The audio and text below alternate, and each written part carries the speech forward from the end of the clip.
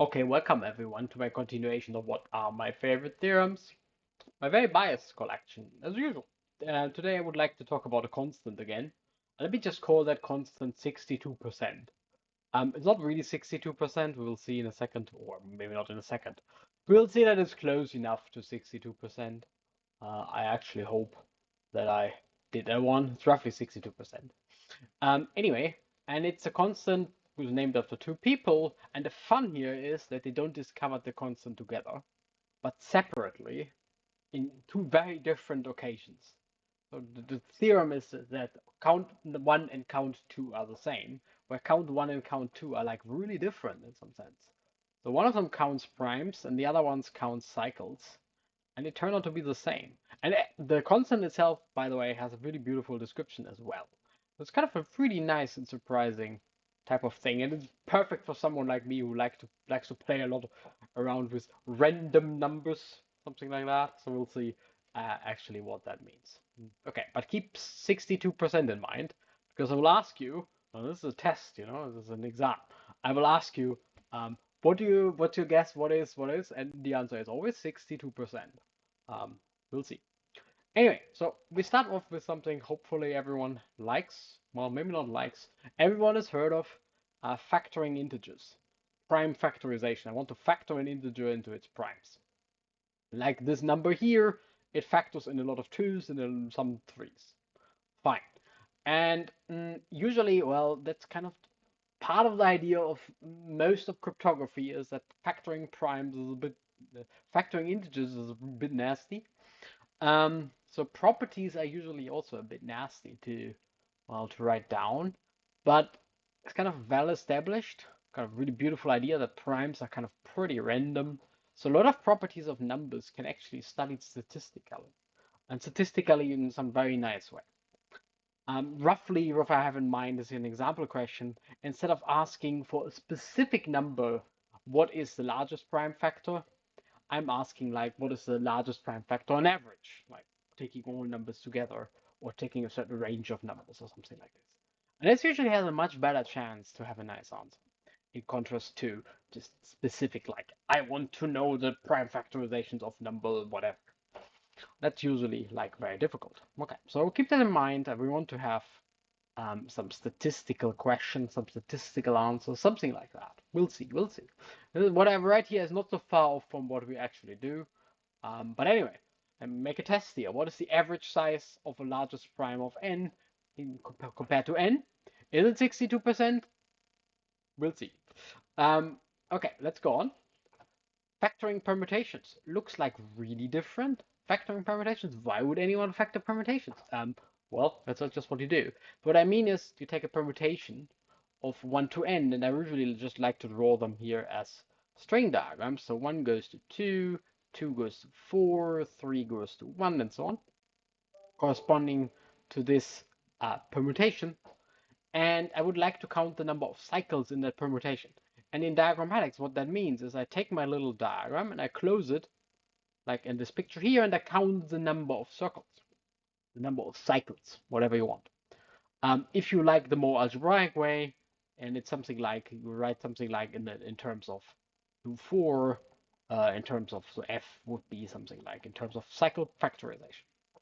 Okay, and again, kind of it's very similar to factorization of prime numbers. Sorry, not of prime numbers. Factorizations of prime numbers are pretty straightforward, actually. Factorization of numbers. Statistical answers actually might be very nice here, or often very nice. And you can ask kind of the same type of question: what is the average size of the largest cycle? Again, compared to the maximum possible size, what could be the answer? Is it 62? Percent? Maybe it is. Maybe it's not. We'll see. So, what do I do if I give you this question? You open a computer and ask the machine. So here I did two calculations. I'm going to explain them. The top one is for the primes, the factorization of primes. Sorry, not of primes. The factorization of primes is pretty easy. The factorization of numbers and their average largest prime. And the bottom is the same for the symmetric group, that average largest cycle. And what I can almost see already here, if I draw something around 62%, That's roughly where the average seems to be, while the pattern itself is like completely randomly spread all over the place. I'm opening the Mathematica file in a second. So you need to divide this number at the bottom here by 1,000. We'll see that in a second. And then you see the 62%. And roughly, that roughly goes to something like 62% here. Roughly works out. This convergence is a bit slower, so we are still quite above, well, maybe not quite above, but we are still above 62%.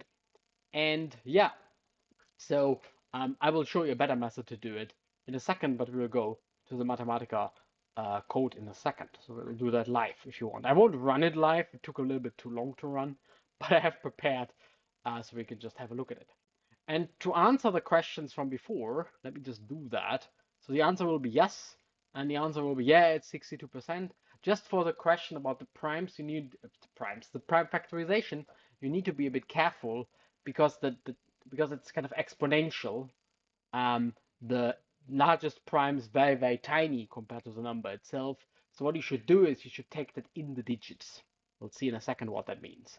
So compared to the digit lengths, you should compare the average of the digit lengths instead of comparing the numbers itself. So you maybe have fallen for that and you answered 62 before. So it's 62% only comes up if you compare digit lengths and not numbers themselves, because it's just an exponent type thing. I can go back on the slide, right? So it's just an exponent type thing. So you should expect some kind of exponential growth, or in this case, exponential decay. So kind of asking about the average is probably not a great idea, but asking about the average on the digits, which takes a log of everything, is like a much, much better idea.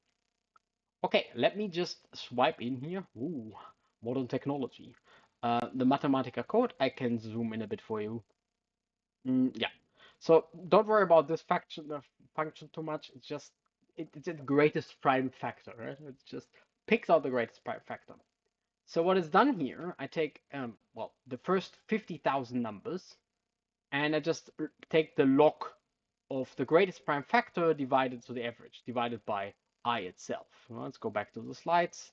So I take something like the greatest prime factor divided by I. So I is just taking the average. That's all that's happening. And the log makes sure I do it in the digits. And I plot that. That's my plot. That is where I can roughly see it's completely random. That's why we want to use statistical methods. But we can almost gauge that the average should be roughly around 60%. And here I just compute the average, and it comes out as roughly 60%. So just take the total of everything and divide. Again, we'll see the formulas in a second on a slide. And here I just do the same for the permutation group.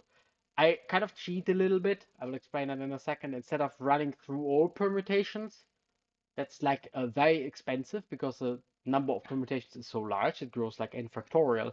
I choose random permutations and just see how their just length is. So here's again just really the length of the longest cycle of a random permutation in 1,000 symbols, and roughly this length is like whatever before, like 62 or 60 or something. Just pretty random again, but you can kind of gauge that it is around, maybe around 60. And yeah, if you do that and just take the average over what you just calculated, you get this other plot, which comes out roughly as 60%. Okay, so let's go back to the slides. So what I have done in the code is I kind of approximated those two numbers, which are both called lambda because they are really the same. That's the point. And one of them is this average over the largest prime factor, where you just this log just really means do it in the digits. And the other one is the average of the largest purpose cycle. And this lambda comes out to be 0.62. And this really just means if you take a random permutation, let's do it for permutations, and I'll do it for numbers in a second as well. If you take a random permutation in a symmetric group with whatever, in a symmetric group S 1,000, and you compute the length of the longest cycle, it will be roughly 620. So it will be roughly 62% of the maximal length. And similarly for the prime factor decomposition. So let's have a look at a little bit of a smarter code, which I just wrote a little bit later. This again, you can kind of see it. It kind of comes out an average as 60%. And really what this code does is it takes random integers, 10,000 of them, um, on, let's say, these are just 8-digit numbers, and it just counts the number of digits and divides it by 8. So that's the average in the digits. That's what I meant before, right? So we are, again, I said again, for the prime numbers, for the factorization, you need to take the average of the digits, otherwise it kind of will decay too fast. But this 62% is the following. Take an 8-digit number, compute the largest prime factor, divide its number of digits by 8, and you should get roughly 62%. And 8 is just anything. You can just replace it with anything. And I think that's pretty cool, actually. And it turns out that these two counts come out as the same, and they look completely unrelated. First of all, it's kind of nice to know that the answer is not 0 or 1, as it very often is. So what is the average? Very often it comes out to be it decays to 0 or it goes to 1. But here actually we get a meaningful number in between, so roughly 62%. And two different counts come out as the same. So I think this is a pretty, well, that's why it's on the list. It's a pretty cool theorem. I hope you feel the same way. And I can actually write down a precise formula for lambda. Well, I can write down. People have worked out a precise formula for lambda, which is quite nice. It's the e to the logarithmic integral, and you take an integral over that. And the logarithmic integral is the one that turns up in the prime number theorem. So the number of primes is approximately up to a certain number. The number of primes up to x is approximately the logarithmic integral in x. So this is kind of where the logarithmic integral enters the game, which is kind of fun. But anyway, you get this number lambda, which you can write down precisely as a constant, which is roughly 0.62, so 62%, which counts these these two very different kind of averages, which I kind of find very surprising. So the average number of digits of the largest prime factor is the same as the average largest cycle in permutations, which comes out as like roughly 62%. Anyway, I hope you enjoyed this video, and I also hope to see you next time.